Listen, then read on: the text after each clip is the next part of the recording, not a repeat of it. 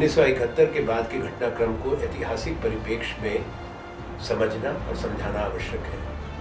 देश के अंदर चुनी हुई सरकार थी, लोकप्रिय सरकार थी, जिसको जन समर्थन था। इंदिरा जी प्रधानमंत्री थी। 1971 में बड़ा युद्ध हुआ, बांग्लादेश आज़ाद बना और पूर्व पाकिस्तान आज़ाद होने के बाद उसमें महत्वपूर्ण भूमिका इंदिरा जी की थी और बहुत बड़ी शक्ति इंदिरा जी के विरुद्ध में भी थी।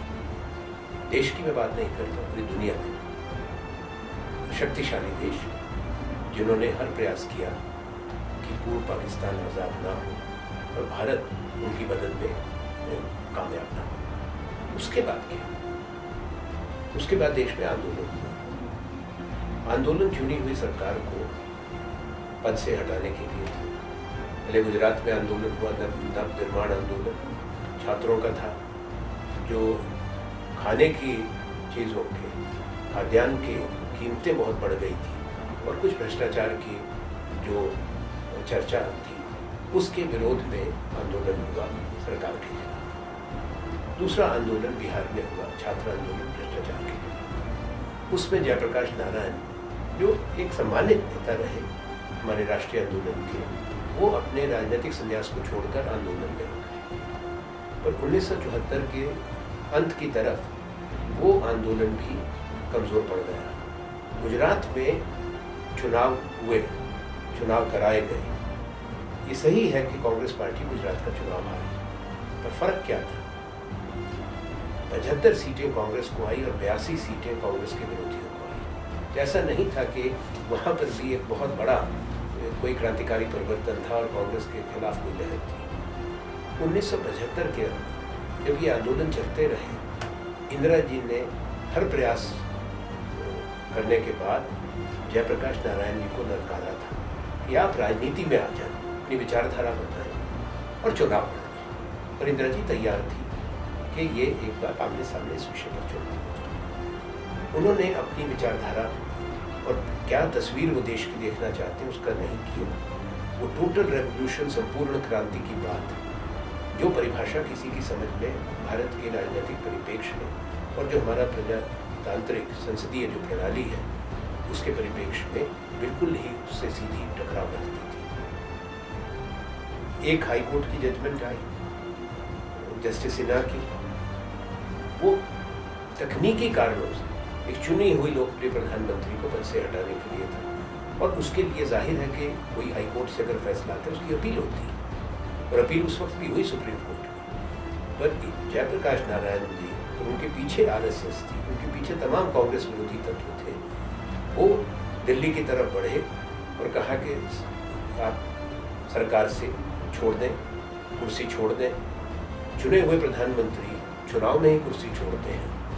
तो 25 जून के दिन एक आह्वान किया गया भारत की सेना को, भारत की पुलिस को कि वो विद्रोह कर दें। तो संविधान के अंदर जो प्रावधान था, धारा 352, उसके तहत आपात स्थिति इस परिस्थितियों में लगी।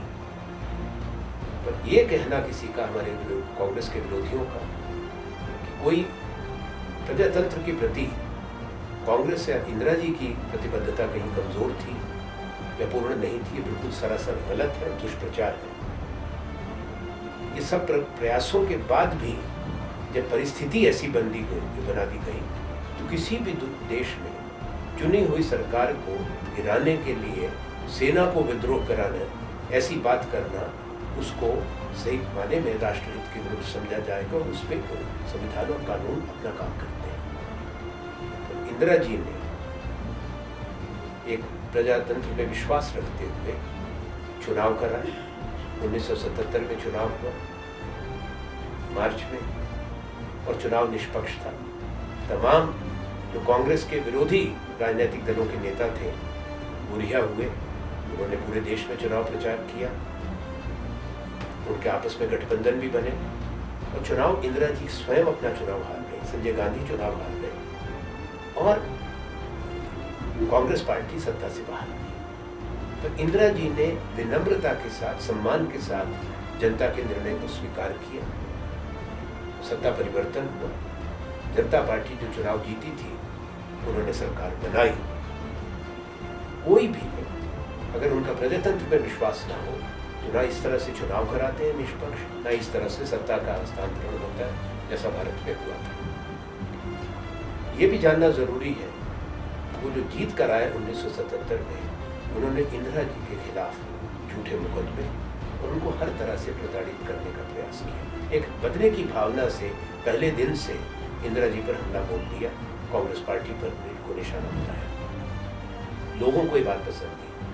अगर कहीं कहा भी जाता है विरोधियों के द्वारा कि कोई ज्यादती हुई, ज्यादती कहाँ हुई वो प्रधानमंत्री नहीं करते, तो इंदिरा जी ने उसके लिए खेद भी प्रकट किया, कहा अगर कोई कहीं भी कोई गलत बात हो उसके लिए क्षमा की उन्होंने मांगी। देश की जनता ने उसको इंदिरा जी की ईमानदारी को और इंदिरा जी की प्रतिबद्धता प्रजातंत्र के लिए स्वीकार करते हुए 1980 के चुनाव में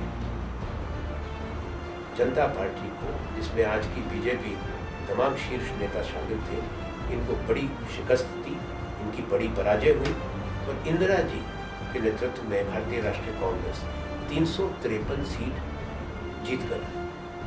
प्रजातंत्र में जो चुनाव करा के अपने सत्ता छोड़ देते हैं और लोगों के आशीर्वाद से पुनः जीत कर आते हैं, उन पर, उनकी प्रतिबद्धता पर, उनकी ईमानदारी पर, उनकी नीयत पर अगर कोई प्रश्न चिन्ह कोई लगाता है, उसको हम दुष्प्रचार ही कहेंगे।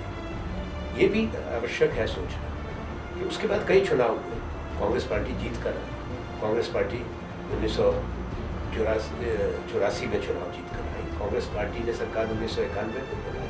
2004 से 2014 तक कांग्रेस पार्टी रही। आज भी जो 1975 की बात लेके प्रचार करते हैं, इसके पीछे वो ताकतें हैं जिनका प्रजातंत्र में विश्वास नहीं था, जिन्होंने तिरंगा ध्वज भी केवल 15 साल पहले ही शायद स्वीकार किया हो संघ के मुख्यालय पर लगाने का। उनकी क्या विश्वसनीयता हो सकती है, ये भी जानना देश के वासियों के लिए जरूरी होगा।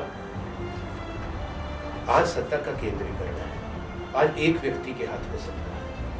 आज बिना किसी संविधान के प्रावधान का इस्तेमाल किए हुए देश में बिना किसी घोषणा के, बिना किसी कानून के एक आपात स्थिति जैसी परिस्थितियां उत्पन्न की गई हैं, जहां एक शक का और डर का वातावरण है पूरे देश में, पूरे शासन और प्रशासन के अंदर। इस पे देश को सोचना।